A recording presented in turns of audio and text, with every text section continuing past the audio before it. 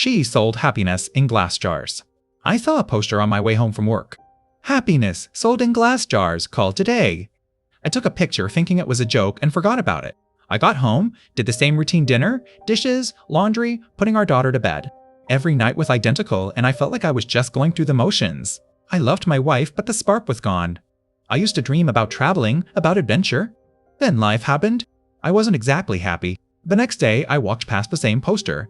Something made me call. I expected a prank or a drug deal. I just needed something different. A woman answered. She sounded calm, like selling happiness was completely normal. She told me to meet her at a Starbucks parking lot. I thought for sure it was drugs. Maybe happiness was a street name for heroin. I was 99% sure I was walking into a drug deal. I texted her and a silver Camry pulled in. A young woman with curly golden hair got out. She looked like Glinda the Good Witch in dark clothes. She handed me a tiny mason jar, no bigger than 2 inches. Inside wasn't a liquid or powder. It was light. Your glowing light. I couldn't hide my awe. It looked like a tiny sun, a universe trapped in glass.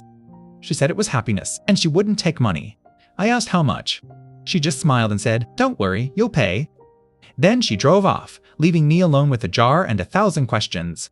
I put the jar in my pocket and started walking home. The glow was visible through the fabric. It felt warm, comforting. The sky turned dark and rain started falling.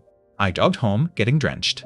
But the jar stayed warm in my pocket, like a tiny heartbeat. I got home and hid the jar in my sock drawer before Kelsey saw it. I didn't know why I was hiding it, but it felt like mine. That night, I couldn't sleep. I took the jar out and held it. The light seemed to pulse, and for the first time in years, I felt calm. The next day, I felt different. I hummed at work. I actually smiled at my computer screen. My coworkers noticed, but I didn't care. I came home and played with my daughter, really played, not just going through the motions. Kelsey asked if I was okay. I said I felt great. Every morning, I held the jar. Every night, I held the jar. I needed it. I didn't know if I could feel happy without it anymore. A week later, the light started to dim. It was still warm, still beautiful, but fading. I panicked. I texted her, but she didn't respond. I texted her again. And again, nothing. I searched online for happiness jars, for glowing light, for anything. There was nothing. Then I realized the happiness wasn't in the jar. The jar was a reminder that I had forgotten how to feel joy. I was paying for it with my dependents. I put the jar on the windowsill. I let it fade. I went to my daughter's room and read her a story without the jar, just with my voice. The next morning, the jar was empty.